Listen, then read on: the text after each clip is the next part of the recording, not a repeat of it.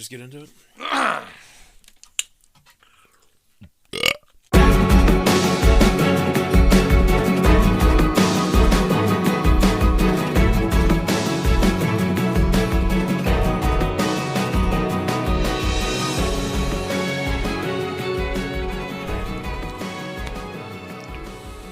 What's up?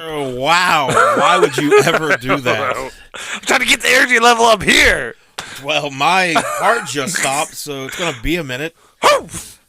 This is episode, you're listening to episode 15. 14B. 14B, kind of. Yeah. We technically, so this is, I deleted all the episodes that were just, like, us watching wrestling. Good. So I've deleted them from my brain. Right. So this is like kind of episode 8. Okay. But we're calling it episode 15. So those first 7 episodes. Are there any other numbers that we can I could do like throw 12. out there? All right, yeah. We've already had a 12. I like 12. 12 too. 12 Cool. too. I like 12 too, yep. I can start numbering by the hundreds. Let's just talk in numbers. And it looks like we're really, really, we've been doing this for a long time. Really, yeah. Let's Episode start adding them all up, like rough sets, friggin' what's going on, everything's bad. I saw a picture showed up today in the memories thing on one of my apps. Yeah. And it was episode 4 of Rough Sets, and it was the Royal Fumble, and apparently we like covered the Rumble, but like I think I remember that. All 30 people with one of our heads on them. I kind of remember all that a little bit. I don't really remember the episode at all, but I don't either. I remember sitting and cutting and pasting the. Yeah, we had some really good art on those. Yeah. We had the one with the train tracks, and it was like the little the guys on the handcart. Yeah. Fun times. I gave up on that. Look at us now. Yeah. That was a lot of. That wasn't a lot of work, but it was more than I wanted to do. Hey, speaking of social media, I have big news. You have big news? I've gained top fan badge on our Facebook page. Hey, Are those top fan badges real? I don't know. I'll get some sometime. I never click on it. Like I don't know if it shows up to other people, but I think you can you have to approve it or whatever. Oh yeah. But I don't know. I don't. You need to start printing them out, keeping them so you can show official documentation. I don't need no stinking badges. Hey, I want to bitch about something real quick. All right, real quick. That I find stupid. Have you seen the commercials for Liberty Mutual's Limu Emu thing with Doug? It's like a detective. I don't know if I have or not. With an emu. Yeah. So here's my gripe. As we learned in the Great Emu War, the way you pronounce emu is emu. Emu. With a U. Yeah. Not an U. Not emu. Yeah. Their name is Liberty Mutual. They have the mu in there. Why is it Limu Emu when they could do Limu Emu? I don't know. Do you feel better getting it off your chest? Yes. I felt like something was bothering you yesterday.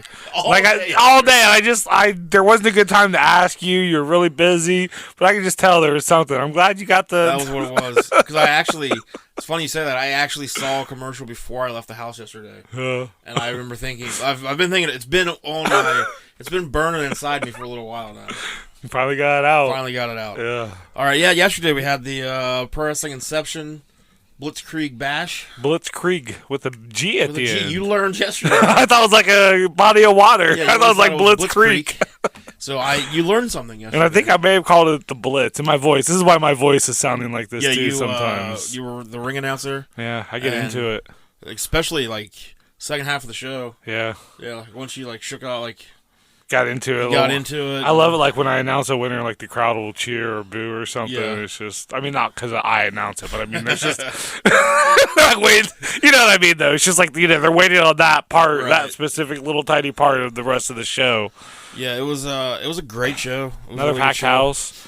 Next one, March 28th. Yep, March 28th, March of Radness. We'll be back at Strong Tower Fitness. Tickets will just be on sale at the door. Yeah. Doors open at 7 p.m. Get there early because that place, man. 3 shows in a row now. I'm running chairs out to people and stuff. And we probably had 10 chairs in the back that the guys in the back were using. But other than that, we used every single chair that we had available to us. Which is awesome. Yeah, so it's put some butts in the seats. I think third show in a row, third show, I think. Pretty much since I've been ring announcing. Since you started ring announcing. Yeah, so this is my third show ring announcing. So you're welcome. You're welcome. All right, man. So do you want to get into this part of the story? Yeah. Eliot Ness in Cleveland, and there's dicks and heads and drained blood. Bodies everywhere. Yeah. Yeah, we had And I'm just talking about last week. What's the story again? This was the show yesterday, right? Oh, yeah, okay. Eliot Ness was there. Yeah, so last week we left you on a bit of a cliffhanger. This is part 2 of the Cleveland torso murders. If you haven't already, go check out part 1, which is episode 14. You want me to right now? Yeah, if you want to go, I'll wait. Okay. All right, so I'll be for right the back. next hour and 20 minutes is just gonna be quiet. I'll fast forward through the first 15 minutes where we don't do this. Okay. No, I'll do that I'll later. catch up actually. So when we last left off, 4 bodies have been found, all decapitated, with the lone female victim's head never being recovered. Cleveland was hosting the Republican National Convention. Yep. And newly appointed Mayor Burton had gone out of his way to rid the city of crime and change Cleveland's image. No more hobos. No more hobos. You got to get rid of those hobos. Or at least put them on that side of town where hobos go. Or shove them into, the abandoned shanty town. Eliot Ness had been placed in charge of the police and fire departments and had mostly accomplished what had been asked of him. Police corruption and mob crime were down, but a mad butcher was leaving body parts all over Kingsbury Run, which was an area of Cleveland that didn't fit the mayor's ideal image of the city. On the Friday morning before the Republican National Convention, the railroad police in Kingsbury Run found the naked, headless corpse of a man who didn't appear to be a hobo, which was the common resident of Kingsbury Run, but rather a young sailor, which they came to that conclusion due to his tattoos. Tattoos, yep. Yep, and the body and head were placed in front of the railroad police station, clearly mocking the law. Oh, clearly. So that's where we left you off. No one really wanted to admit it, but a murderer was loose in Cleveland, and 4 bodies were only the beginning of the story. And as much as no one wanted to admit it, for some reason back then, it was the work of one killer. They tried to, they didn't want to say that. For some reason they thought... Maybe different people are killing. But, they thought the public would react worse to, it's one person. Yeah. Instead of, having to think that there's a whole group of people out there doing this. Yeah. I don't know why they thought one would be more well-received.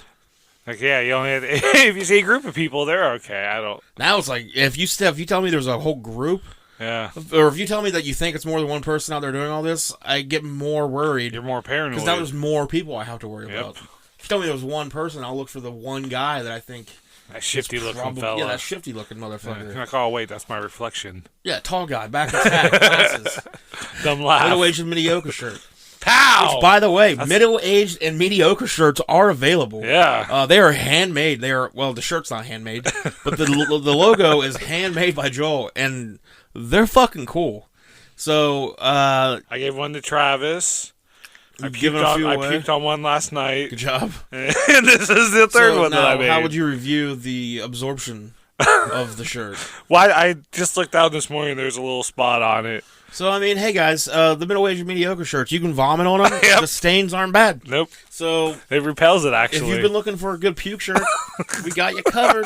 All you got to do is hit us up on Facebook and let us know what size you want. Yeah. And we'll get it to you. It might take us a little while, and then I'm going to set up. I've been looking into it. It's harder than I originally thought it was, but I've been looking into setting up some sort of little place where you guys can go and maybe if you want to pitch in a couple bucks. Yeah. For the shirt, if you want to get one, pitch us a couple dollars. They take dozens of minutes to make. They do. Each one. You can also go to our anchor.fm page, which is anchor.fm/middle-aged mediocre. And there's a button on there somewhere where you can donate to the podcast. Oh. So if you guys, I put anything I get from this podcast, we put into the shirt. Yep. Or into the mics. Heroin. Or heroin. Or mics. Yeah, the thing you guys don't know is this podcast is really fueled by heroin. All right, so anyways, now with the rest of the story. By Sunday, stories of the butchered bodies filled the newspapers. With Mayor Burton's reputation and hard work on the line, Eliot Ness quickly sprung into action and met with Sergeant James Hogan, head of the homicide division, and David Cowles, the head of the crime lab. Hogan didn't have much in the way of a theory and wasn't quick to state that strong of an opinion, choosing to wait to see what Ness thought instead. Which Hogan, by the way, is like a 50, 60-year-old man who's been doing this for a while. He's getting a little too old for this shit. Well, Ness is a young guy at this point, and but he's got a good reputation, or he's got a reputation as he gets shit done. Yeah. So Hogan is sitting here just, He doesn't want to put him over. Hogan doesn't want to put the young guy Hogan over. wants to put him over. He doesn't want to have to. He doesn't want to do any. He doesn't want to have to take any of the. Yeah. Like, what do you think, buddy? I'm more interested in what you think. This young fella, Ness, guaranteed Hogan that it was the work of one man. Ness made it clear that there was to be no suggestion to the newspapers that they were looking for one murderer, though, instead allowing the public to imagine a whole pack of raving lunatics, and that absolutely no further information was to be given while the convention was in town. No one wanted everyone to be too afraid to step outside, especially the visiting politicians. Yeah. That's where your prostitutes is outside. That's where your prostitutes for are the making politicians, their money. yeah. Yeah, that's where your bars are getting all their liquor money. Well, I guess by that time that had been bootlegs. Oh, This was Prohibition. during Prohibition. This is why there was a killer on Yeah, I was going to say. You got to let the people drink. Got to. With that, Ness told the two men to fully cooperate and that he expected this murder to be caught ASAP.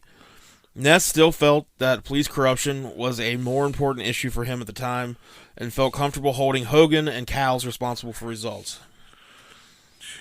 The latest victim, the tattooed man, was put on display at the morgue in hope that someone could identify him. Did they pose him or something? Or I don't understand. I guess they just put him in a chair, laid his body out probably just on the table. The probably slab, not even like a coffin. Yeah, the slab. 2,000 people looked at him on the first night. What if people? But he didn't have a dick or a head. Oh, they did. They found it though. They were there. They found his head. Okay. And I don't think only the first two victims they found had their dicks cut off. Yeah. Okay. So I don't know. I'm just obsessed with the dicks. Yeah, you just really want to know where the. Now, well, we gotta, So, what happened to the pee holes? There, we brought it up. I just needed to bring it up real quick. Thousands after that also came by to view him. Using a plaster cast, a death mask was created and put on display, along with photographs of his face and tattoos, at the Great Lakes Expo, for roughly 7 million visitors over a 2-year period. In spite of the efforts, the tattooed man remained nameless. The RNC, Republican National Convention, came and went without issue, concluding with Alfred Landon, the governor of Kansas, being chosen to run against Roosevelt. And I think we all remember the terrific legacy that President Landon had left behind. Sure. Yeah. He's on the $12 bill. Right, the $12 bill. Yeah. President Landon. That's the one. Old Alfie. The Great Lakes Expo Willie drew the attention of most of Cleveland, giving people something to free their minds of thoughts regarding dead bodies and brutal murders. Let's not think about that. Let's think about the politicians now. Yeah, let's think about those dudes. Is there a third option? The Browns. The Browns. Were they good then? Is that when they were like winning? 30? Oh, they might not have been around. That was a thing yet. Yeah. Well, yeah. Maybe. Who knows? There's no way to know. No, that's too long ago. Records weren't kept back then. No. Before anyone could begin to get too comfortable, however, a call came in on July 22nd, 1936, just a little over a month since the last body was discovered, stating that a body had been found in the southwest side of the city, way across town from Kingsbury Run.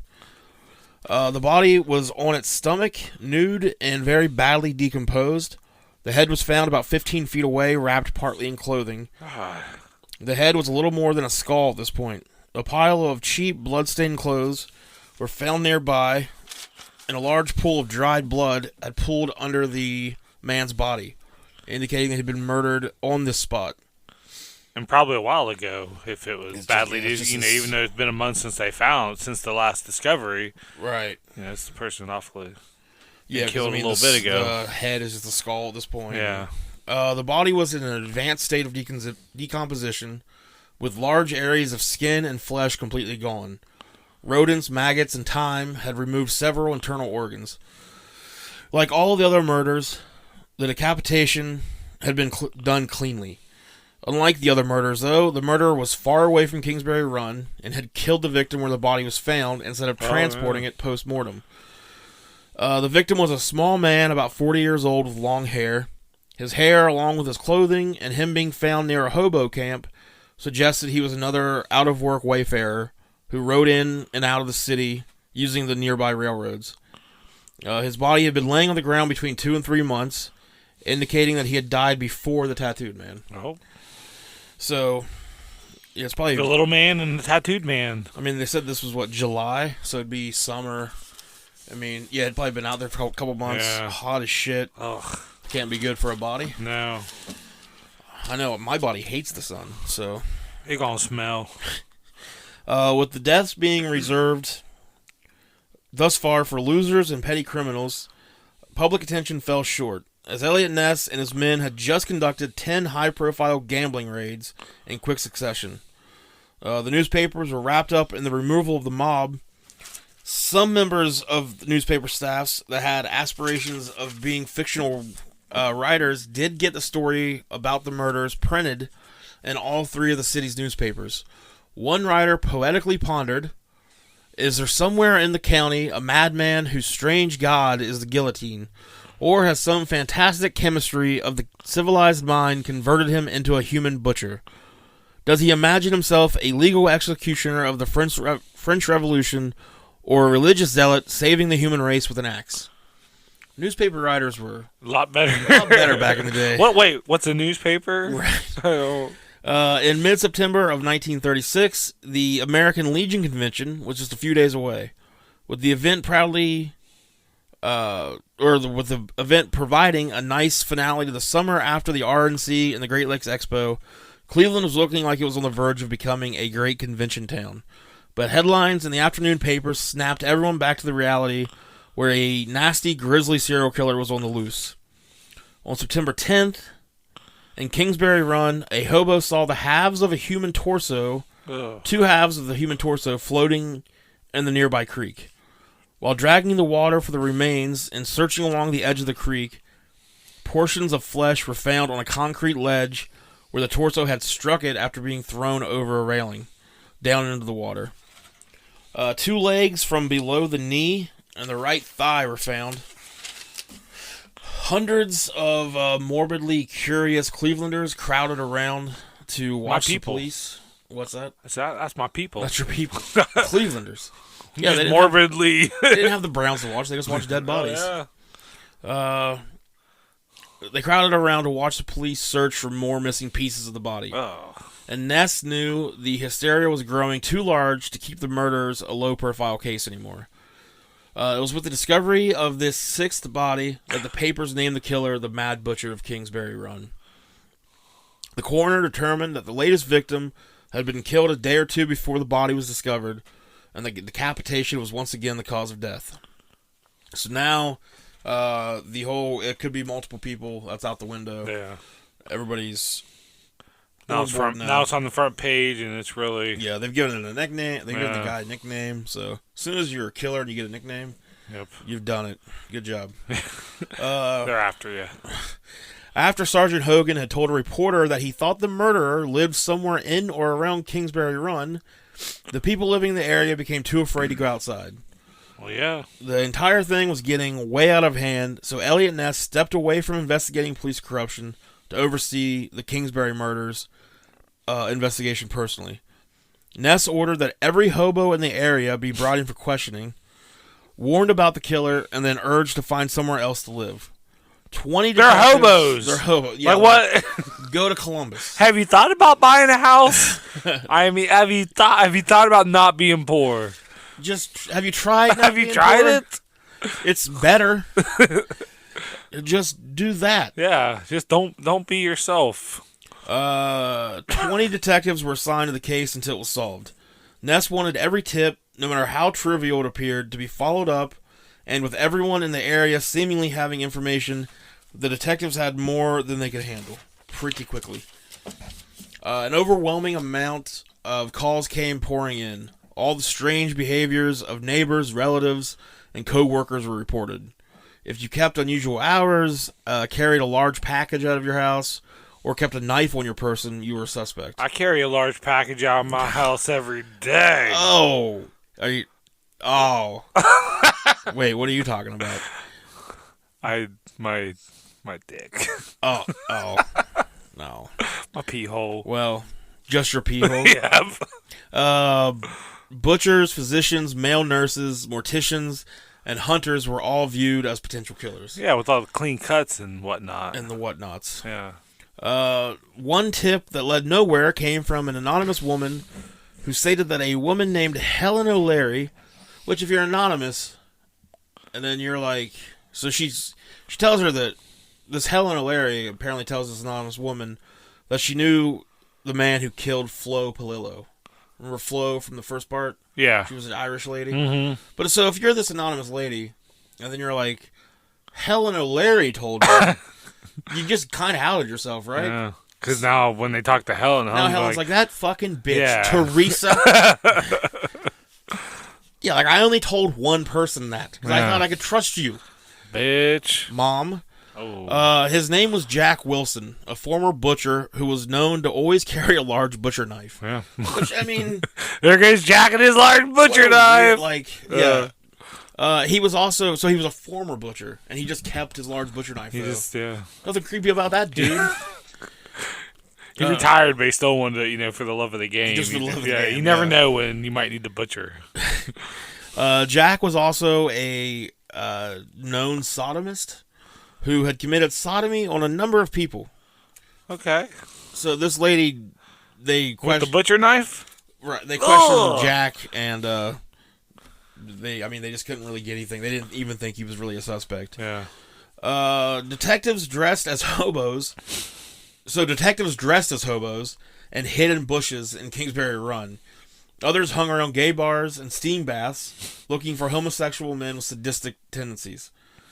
The head of the Federal Narcotic Bureau in Cleveland told detectives that the killer was most likely a marijuana addict. Oh. Quote, druggy. Quote, there's a plentiful supply of this deadly weed growing wild around the railroad tracks in Kingsbury Run. Bum, bum, bum. Both the desire for a thrill and a homicidal obsession are easily induced by the loco weed cigarettes. Yep. Did pot used to just grow? So pot just used to grow in Cleveland? And you can just take it down and smoke it? And you can just go get it? And just smoke it? What happened to the world, man? I don't know. I just know when I get high, it's like either do I want to eat a lot or go kill people. Or like just go chop up bodies. Yeah, I usually just eat a lot. Definitely going to eat the Fritos instead. Yeah. What? It makes me think of that, what's the weed movie?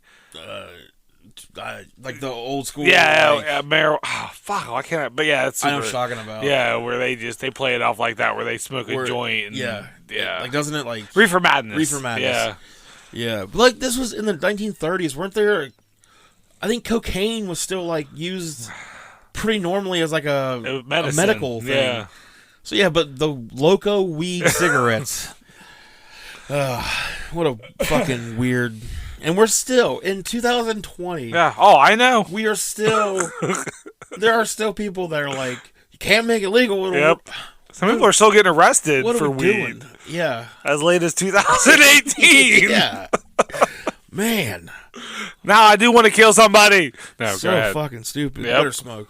I'm good. Okay, so Eliot Ness brought together a think tank that included Coroner Pierce, Dr. Rupert Strauss, which was the pathologist who had performed many of the autopsies so far, County Prosecutor Colleton, Police Chief Matowitz, Lieutenant Cowles, Sergeant Hogan, Inspector Joseph Sweeney, and several medical consultants. Dream team. And together they created a profile of the killer. He white. The killer, while psychopathic, was not insane. While the killer had some knowledge of anatomy, he wasn't necessarily a physician, as a butcher or a hunter would have known just as well where to cut. The murderer it's in the neck area. Yeah. They cut off the head. Someone's like, I keep chopping at the arm and his head doesn't come off. So, I wish I was a doctor. I guess there's actually like a point in your spine. Yeah. Like in the neck. I guess there's like a little space between two of the vertebrae or whatever, where it's like better to cut. Oh, so you start there and then you can. That's why they're like you could cut through that easier. Okay. I guess is the reason why they would say. Which I don't know why a hunt like. So is our anatomy the same as? If our spine and everything's the same as like a deer's, would be the only way the hunter would still. Oh, well, it is. I mean, unless we evolved from deer. Oh, well, that makes sense then. We're all God's little animals. Okay, well now I'm not. That's just. Where are we at here? The murderer was large and strong, a resident of Kingsbury Run, who had a private place where he killed most of the victims. And due to the placement of the bodies, the killer appeared to be intentionally trying to humiliate the police. After 6 bodies have been found, Ness assigned a well-known and very homophobic detective named Peter Marilow to the case. With a name like that. Marilow was what an reportedly... Like, that's how he's known as, being homophobic. Yeah, he was very... Fuck him. Sorry. He was reportedly very intelligent and fluent in several languages, but had made a personal crusade out of putting gay men in jail. Why do you think that is? It's alleged that he once filled an entire wing of a whole jail, with gay men, and then had the best sleepover of his life. That was my editorial. I was going to say, that sounds like a party! Yeah, like if you're a closeted gay man and you're like too shy to go out and meet other gay men, you're like, I'm just going to trap them in a room and then they gotta bang me, That's like when your parents catch you smoking a cigarette. They're like, now you got to smoke them all. Yeah. Now you got to suck them all. Like, okay. Marilow would hang around gay bars and follow men home if they left together. Once they would arrive at their destination... Fuck that guy, dude. Marilow would wait long enough to give them time to start hooking up, and then he would force his way inside and arrest them. Blue-balled them! So you can't do that, first of all. No. Like, that's not... Most of the arrests he made, judges, like, immediately threw him out. Because, like, well, I mean, back then, like, I think it was...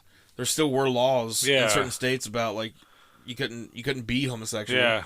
But you still can't just, like, bust into the house and arrest. Like, you can't need do a that. warrant or something. Yeah. It's still, if it's a crime, it's still a crime. You have to follow the same procedure.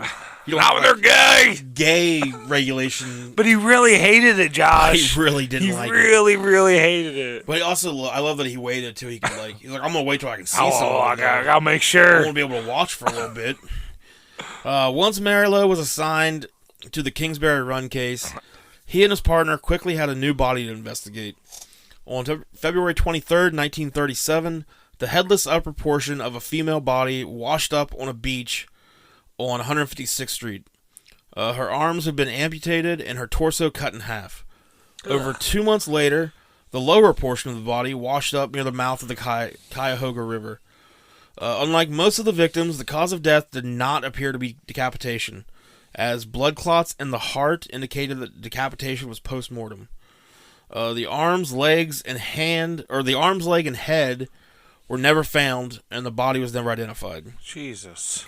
A new coroner had been elected, and the man came with a well-regarded reputation, but also a love of media attention.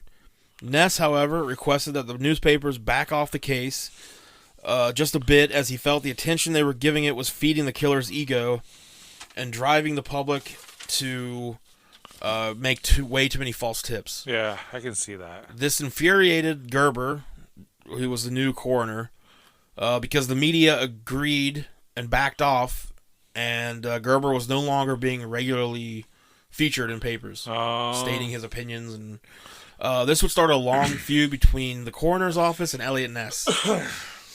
On June 6, 1937, a teenager named Russell Lauer found the partial skeleton of a woman lying in a rotting burlap bag with a newspaper from June 1936 in the bag as well. So 1 year, there was a newspaper, and then a year later the body's found.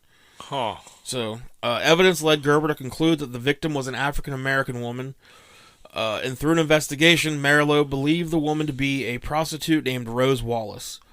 Gerber and Hogan, both just out of being dicks, I think, just rejected the identification. Yeah. It was like, he's got to be wrong. Everybody was kind of against each other now for some reason. A month later, on July 6th, the upper portion of a man's torso, plus his thighs, floated to shore on the Cuyahoga River in Kingsbury Run. For the next week, pieces of the victim would be found floating downstream. The man's head was never found. The man was never identified, but was estimated to be in his 40s, about 5'8", 150 pounds, and decapitation had been the cause of death, but the cut showed some signs of sloppiness for the first time. Dr. Gerber had suggested that the killer could be a medic, so the police began to focus on all the area physicians, medical students, and male nurses. This new focus led police to a potential suspect in Dr. Frank E. Sweeney. He was very tall, large, and strong. He had grown up in Kingsbury Run. Check. And at various times had medical offices there that he ran out of. He had a serious alcohol problem, which had led his wife and sons leaving him, and had also led to costing him his surgical residency at a hospital very close to Kingsbury Run. But he didn't smoke weed, did he? I mean, we don't know yet. Oh, man, alcohol. What's that? If he smokes weed, he's the guy. Yeah. He was also rumored to be bisexual and had a violent temper when he drank. The police eventually dismissed him as a suspect because he had been out of town in Sandusky when a fresh victim was discovered. An interesting note, however, is that Sweeney's cousin was U.S. Congressman Martin L. Sweeney, who was a very powerful politician and had lashed out at Eliot Ness in the past because he felt like Mayor Burton and Ness needed to leave the cops taking bribes from bootleggers alone. I was going to ask if those two were related when you said that. I was like, I wonder if he's related to the senator. So just let us keep making money and shit. Like, hey, we can take some bribes. It's not illegal. One of us. It is illegal. It is. Oh, well, I mean, but we're getting money. But what does illegal really mean in politics? We're not smoking weed or anything. It was the perfect bribe. In mid-March of 1938, a dog in Sandusky, Ohio, found the severed leg of a man. Good boy. Good boy. Who's a good boy? Oh, did you get a leg? Who's got a leg? Lieutenant Cowles of the Cleveland Police Department was notified of the discovery and went to Sandusky. He remembered that the best suspect they had so far had only been dismissed because he frequently took trips to a veterans hospital in Sandusky. Cowles began asking questions around the veterans' home and discovered that Dr. Sweeney had voluntarily admitted himself several times for his alcoholism. Cowles wanted to know how closely patients were watched. He was told that a surgeon who voluntarily sought help wouldn't be watched at all. And anyways, at times there were so many visitors it would be impossible to keep track of everyone. Jeez. Cowles concluded that Sweeney easily could have left the hospital, traveled to Cleveland by car or train, killed someone, and then returned to the hospital without his absence being noticed. Well, especially if he's traveling by train, that might be where he's getting some of these. You're going right by the camps and everything. Yeah, that's just, while you're out traveling, just go ahead and grab a hobo and as you're passing by on the train, just swipe. Do you ever drive in a vehicle and just imagine doing that? Like you have a really long I don't know, I'm a weird person, but ever since I was a little kid, I just always imagined a 10-foot steel bar out.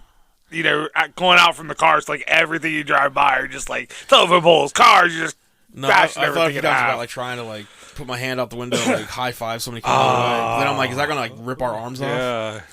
Either way, you got a story. Either way, man. Either way, I'm here for that story. Yeah, plus the other person had to go ahead and choose to engage with you. Yeah. And then they have a story too. You share something that's forever. A big moment right there. I think it'd rip your arms off depending on how fast you're going. Definitely dislocate a shoulder. Oh, yeah. It'd be worth it, though. Totally worth it. While investigating, Cowles came into contact with a man named Alec Archaki, a convicted burglar serving out the rest of a sentence on a prison labor farm. Archaki had kept Sweeney supplied with liquor in Sandusky. In return, Sweeney provided prescriptions for barbiturates and other drugs. Archaki was convinced that Sweeney was the Mad Butcher. When he had first met Sweeney a few years earlier at a downtown bar, the doctor had bought him drinks and asked him a number of personal questions. Where was he from? Did he have any family in the city? Was he married? How strong's your neck? Do you think your neck would be easy to cut through? How much blood's in your body How do you feel about having your penis detached? Give or take. Would you rather them find you in the Cuyahoga River? Do you want your head found? Archaki described it as like he was being interviewed. Yeah. Archaki had also noticed a pattern between Sweeney's absences in Sandusky and bodies showing up in Cleveland. The leg the dog found turned out to be the result of a legitimate surgery. Oh. But Cowles was still convinced he was onto something. So someone just amputated a leg and threw it out and the dog found it? Yeah, when you say... So when I say, but I mean, I got this from... it's like called the Crime Library, I think. Uh-huh. When they say that, it can't be a legitimate surgery because the dog... A dog found the leg. Maybe later. it's a hospital dog, Josh. Oh, no, like... Well, then I think that should have solved it pretty quick then, I guess. He was a good boy. They were like, all right, you sat there this whole time. You get the leg. I mean, I guess like a legitimate like back alley surgery? Sure. A legitimate back alley surgery. It's one of the good ones. Yeah. It was a former doctor. He knows what he's doing. It's like a John Wick style doctor. Yeah. He had to like shoot him after he left. He smokes a little too much pot sometimes. Yeah. The devil. Sweeney had been born in 1894 into a poor Irish family who lived at the edge of Kingsbury Run. His father had been badly injured in an accident, and his mother died of a stroke when he was 9. He was highly intelligent with a strong work ethic and was determined to make a success of himself. In 1928, he graduated from medical school in St. Louis and became a surgical resident at St. Alexis's Hospital in the Kingsbury Run area. Overworked and predisposed to alcoholism, psychosis, and liquor. I know that lifestyle. Liquor, you know that lifestyle. Overworked and over alcohol. Psychosis and liquor began taking an obvious toll on his health. My favorite tag team. I don't know. Psychosis and liquor. Liger. Sorry. Liger. The height of his life falling apart coincided with when the probable first victim, the Lady of the Lake, had been killed. Sometimes you just gotta let off a little bit of steam. And throw her in a lake. Yep. On April 8th, or him, whoever you kill, you know, you don't have to be gender specific. On April 8th, 1938, a woman's leg was fished out of the Cuyahoga. Coroner Gerber determined the time of death to be just a few days before the discovery. A month later, 2 burlap sacks containing a woman's nude bisected torso, thighs, and 1 foot were pulled out of the Cuyahoga. Her head and arms were never found. The woman was estimated to be between 25 and 30 years old, approximately 5'3", and about 120 pounds. Cause of death: decapitation. Yeah, all of the women that were found, I think there was 3 female victims, 3 or 4.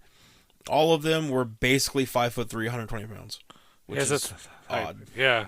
Like, so he definitely had a type. Yeah. When it was women, the men were all kind of like just different. Yeah. So, Cowles and Ness believed Dr. Sweeney to be the killer and decided to discreetly have him followed by a rookie cop named Thomas Whalen. I think it's Whalen. One day, Sweeney was shopping in the department store while Whalen watched from a distance. Whalen followed him at a distance through the store until Sweeney abruptly made a right turn near the elevators, disappearing from the officer's sight. As the young cop turned the corner to try and relocate him, Sweeney was standing there waiting for him. The gig is up. Whalen started to walk away, but Sweeney smiled, introduced himself, and asked Whalen his name, followed by, "If we're going to be together so often, we might as well be acquainted." Okay, so he knows, he's not falling for this shit. He's actually a pretty smart dude. Yeah. And he's also, like, He smelled a tail. Every movie I've ever saw, he's definitely the killer. Yeah. As the public uproar surrounding the last body found began to cool down, a dismembered corpse was found at a dump at the end of East 9th Street. While digging through the dump for bits of scrap metal, a couple men came across the body wrapped in rags, brown paper, and cardboard. This time, the head and the hands were found with the rest of the body. But it was still like... And this one wasn't really out and, like, open either. It looked like Right. this is one that's been tried to... Actually kind of tried to hide it. Yeah. While searching the area... Which could be... I could see a killer doing that just so they could go back and visit the body, too. Because when they find the body, you can't go and visit that, and they get that, like, high from visiting that spot. I mean, and, if you're going to be out there butchering people or whatever, you might have some weird shit. Sometimes you just got to go jerk off next to the body that you killed. Right. All right? It's the only way to sleep sometimes. Yeah. You're like, yeah. When searching, I don't do it. I can just But, I say mean, I've some heard killers. Yeah, from people I know that kill I've people. read books. Or that. I've written books. Nope. What? Read them. Huh? Yeah, I think you said. My voice You said is written. Yeah, my voice is breaking up. Also, red sounds like I got it. While searching the area, Sergeant Hogan picked up a large tin can and found a skull looking back at him from inside. That's pretty badass. Yeah. The skeletal remains of a man were found scattered all around. The woman was estimated to be between 30 and 40 years old, 5'4" and 120 pounds. Yep. The man, aged 30 to 40, 5'6" to 5'8", and approximately 135 to 150 pounds. The two victims have long been considered victims 11 and 12, but Ness and Cowles both have the doubts about these two being the Mad Butcher's handiwork. There were too many deviations from what had been his previous modus operandi. Oh my God, are we back in Nam? Yes, the chopper just went by. Yeah. I can't wait. I don't hear ACCR, so I don't think we are. Regardless of what Ness and Cowles thought, the people of Cleveland believed these two to be the latest victims of the crazed killer, and public and political pressure began to erupt. Ness, desperate to find a solution, chose a horrifically stupid way to bring an end to the madness. On the night of August 18th, 1938, Ness led a huge raid on Kingsbury Run's shantytowns. With sirens screaming, Ness and his men rustled up, chased down, and captured terrified hobos. Many were taken downtown to be fingerprinted and sent off to later God, I thought you were prisons. going to say to be fingered. To be fingered. Finger them, little boys. Get some answers out of them, see? Finger them till they're talking. They were sent off to what is described as workhouses. Concentration. That's just prison. Yeah. Like, that's just a labor prison. The police torched the shantytown, ensuring that the men could not return home. They're just trying to... Look, we tried to tell you, get a house, quit being poor and homeless. So now we're going to This is your fault. Yeah. Yeah, this was not well received by the public or the press. Now, at his most desperate, Ness brought Dr. Sweeney into a suite at the Cleveland Hotel for Sweeney a secret... The Sweeney Suite. For a secret interrogation. Cowles made it clear to Sweeney that if he didn't cooperate, he would be he'd be hauled down to the station with all the reporters in tow. Wanting to save his family the embarrassment, Sweeney agreed to keep things discreet. Police allowed Sweeney to dry out for 3 days, and then began questioning him. Sweeney remained calm and confident, introducing himself to everyone in a cordial manner. During questioning... Well, he's obviously innocent. Right, he was polite. Yeah. So that's all you gotta do. During questioning, Sweeney cracked jokes and gave vague answers. Finally, they administered a polygraph test. When the test was over, the doctor giving the test told Ness that Sweeney was the killer, stating that he was a, quote, classic psychopath with the likelihood of some schizophrenia, a violent schizoid personality aggravated by chronic alcoholism. Ness had difficulty believing the smooth-talking, confident, intelligent surgeon could also be a homicidal maniac. He told the doctor that he was going to go in and talk to Sweeney one-on-one for a while, and wanted him retested afterwards. Then he told everyone else to take a break for the day. Ness entered the room alone with Sweeney and sat across from him. "Well?" Sweeney asked, with a huge grin on his face. "Are you satisfied now?" "Yes," said Ness. "I think you're the killer." Ness suddenly started to realize just how large Sweeney was. Once he was alone in a room with him. Sweeney sneered back at Ness. "You think?" Sweeney moved towards... Sweeney had been looking out the window, and then he swung around and asked him, "You think?" He moved towards Ness, putting his face inches from Ness's. "Then prove it." Oh, gauntlet's been dropped. Ness began calling for his colleagues, but got no response. Sweeney stated, "Looks like they all went to lunch," with a big smile on his face. Ness ran to the phone and tracked his colleagues down in a nearby coffee shop and had them come back immediately. That afternoon, Sweeney was retested, or later, Ness would apparently tell his wife that being alone in the room, that all the shit he's went through in his life as a detective, being alone in the room with Sweeney was the most terrifying moment Oh my god. of his entire existence. So, where was I? That afternoon, Sweeney was retested on the polygraph machine several times, always with the same result. Left with the conclusion that Sweeney was the killer, but with only circumstantial evidence, what happened next is still a mystery to this day. Oh. Sweeney admitted himself into the Sandusky Veterans Hospital 2 days after the interrogation. From August 25th, 1938, until his death in 1965, he went from one hospital to another, both state mental hospitals and veterans hospitals all over the country.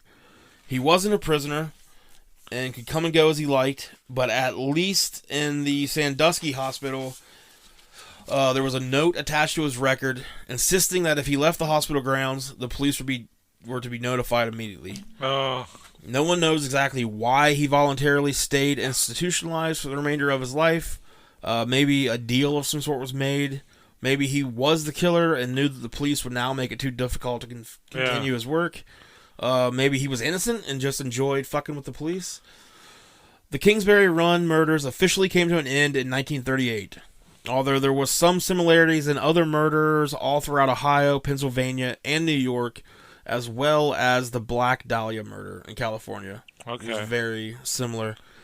Detective Marilow continued hunting for the killer the rest of his career. And gays. He married a man in his 80s. Who turned out to be the killer. Oh, my God. I already did that. The Cleveland torso murders were eerily similar to the Thames torso murders that took place in London from 1887 to 1889 and have been linked to Jack the Ripper.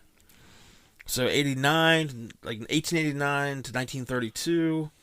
I mean, I probably couldn't be the same person. Probably couldn't. But I mean, it'd be 10, it'd be 42. Yeah, but you'd have to think 1817 is when they started.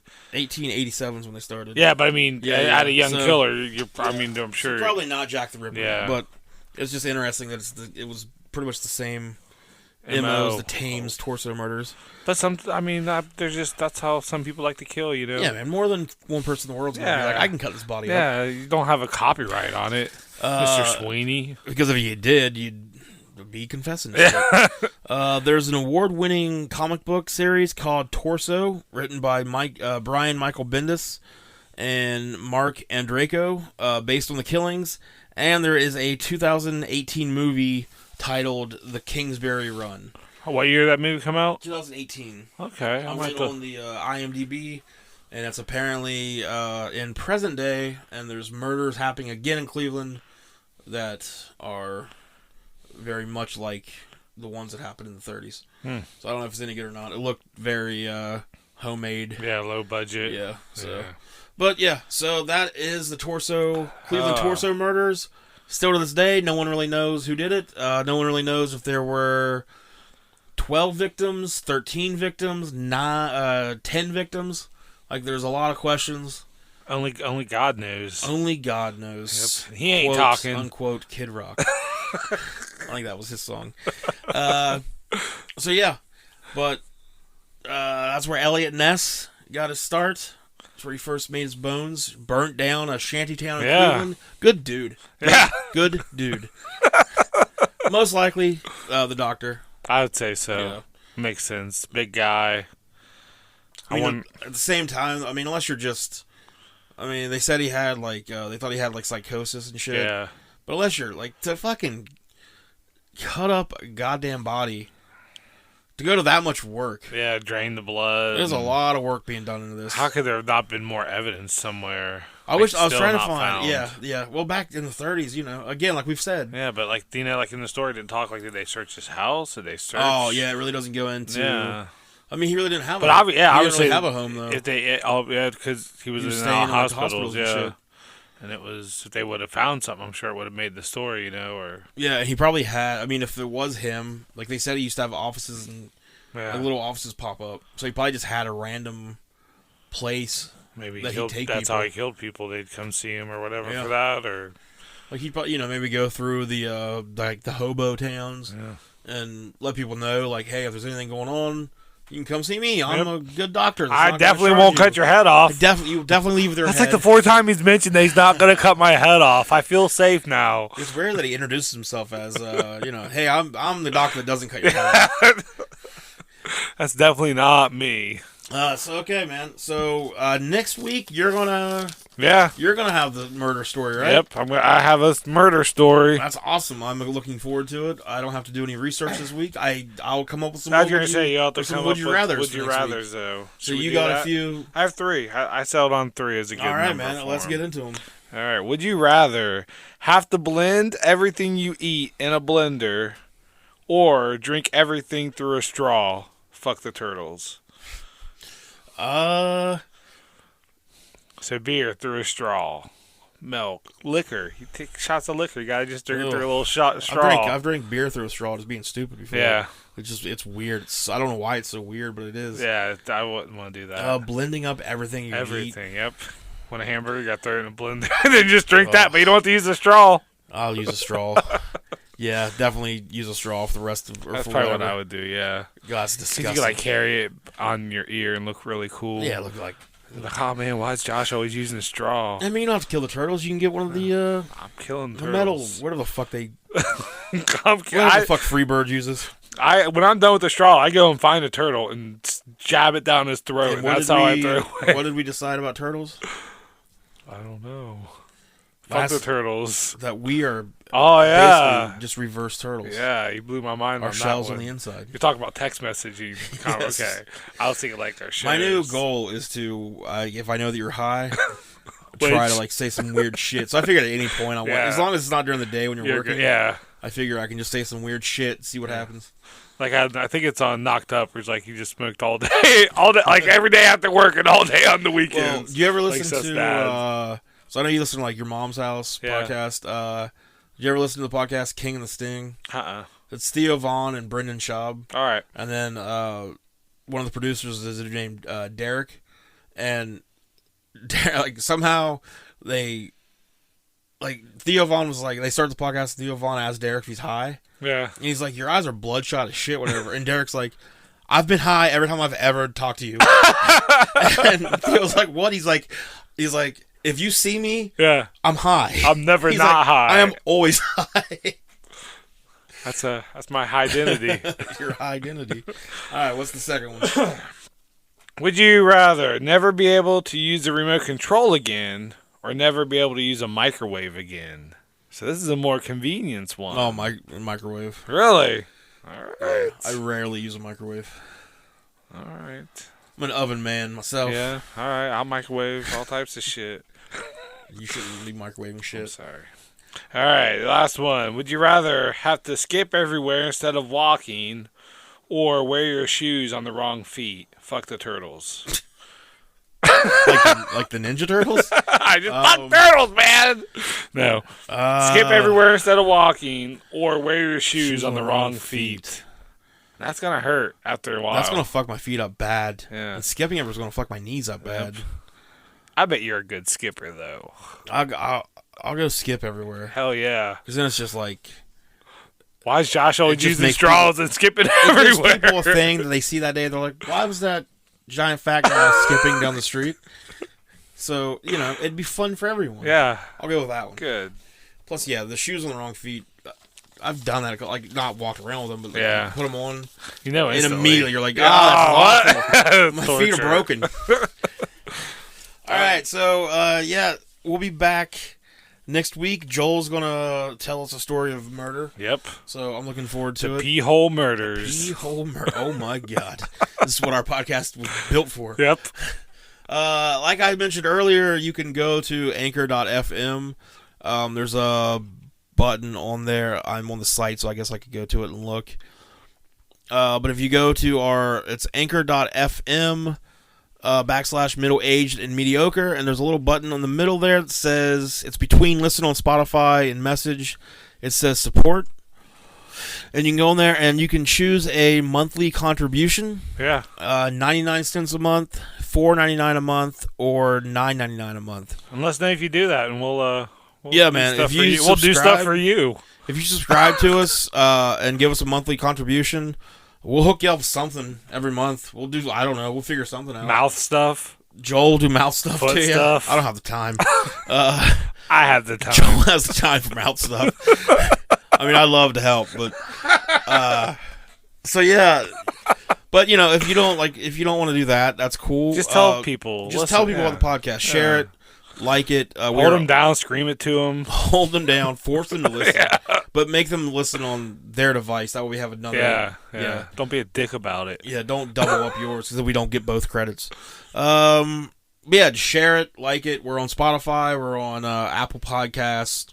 Breaker, we're on drugs. We're on drugs. Yep. Stitcher. There's a few different places. So on Facebook, share our Facebook page. Yep. Maybe you can be a top fan. Maybe you can. Can you take Joel's You'll wrestle top it from fan my badge? dead, cold hands. Joel Mom. doesn't have much life. Yeah. This. All right. Top fan for life. You got anything else? I'm out. All right, Joel's out. I got blunt to smoke. Joel's got a blunt to smoke. And then we can talk more fucking turtle shit. And we're going to talk about the demise of turtles. Yep. Because fuck the turtles. Fuck the turtles.